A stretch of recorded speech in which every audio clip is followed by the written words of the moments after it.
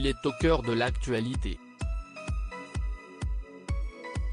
Suite à la diffusion d'un reportage par M6 sur des dîners clandestins organisés à Paris, Pierre-Jean Chalancon ne cesse de faire parler de lui. Identifié comme étant l'un des organisateurs, il a clamé son innocence à plusieurs reprises. Je me suis malgré moi mis dans cette histoire. Je n'y suis absolument pour rien, je n'ai jamais fait de dîner clandestin, a-t-il indiqué il y a quelques semaines.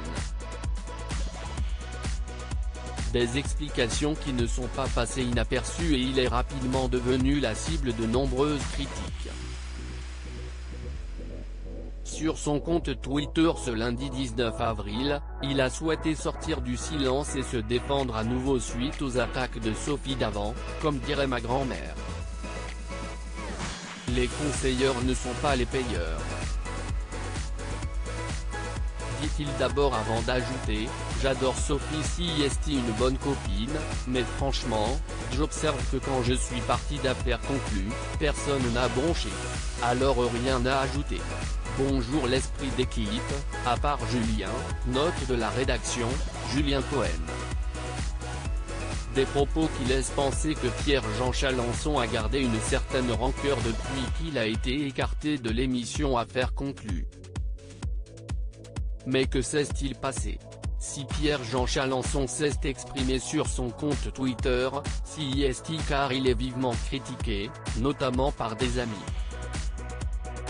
En effet, dans les colonnes de Télé Loisirs ce samedi 17 avril, Sophie Davant s'est exprimée sur cette affaire.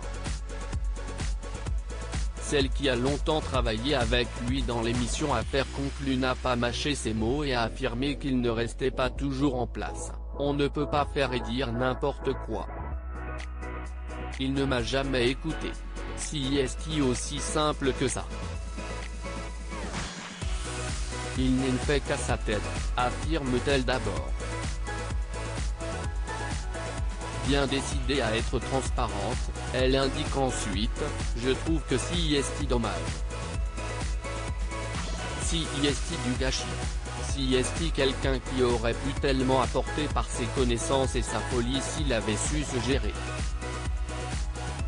Et là, hélas, je suis triste parce que je trouve qu'il s'enfonce dans des excès qu'il pourrait éviter, a conclu la présentatrice.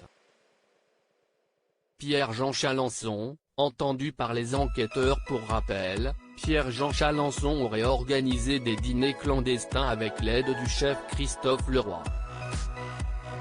Ceux-ci se seraient déroulés dans sa demeure, au Palais Vivienne à Paris. Alors qu'il a mentionné des repas en petit comité, dans un cadre professionnel afin de préparer le bicentenaire de la mort de Napoléon, le documentaire diffusé par M6 a donné une autre vision de l'affaire. En effet, il a été indiqué que ce sont une quarantaine de convives, sans respect des gestes barrières, qui étaient présents lors de ces soirées.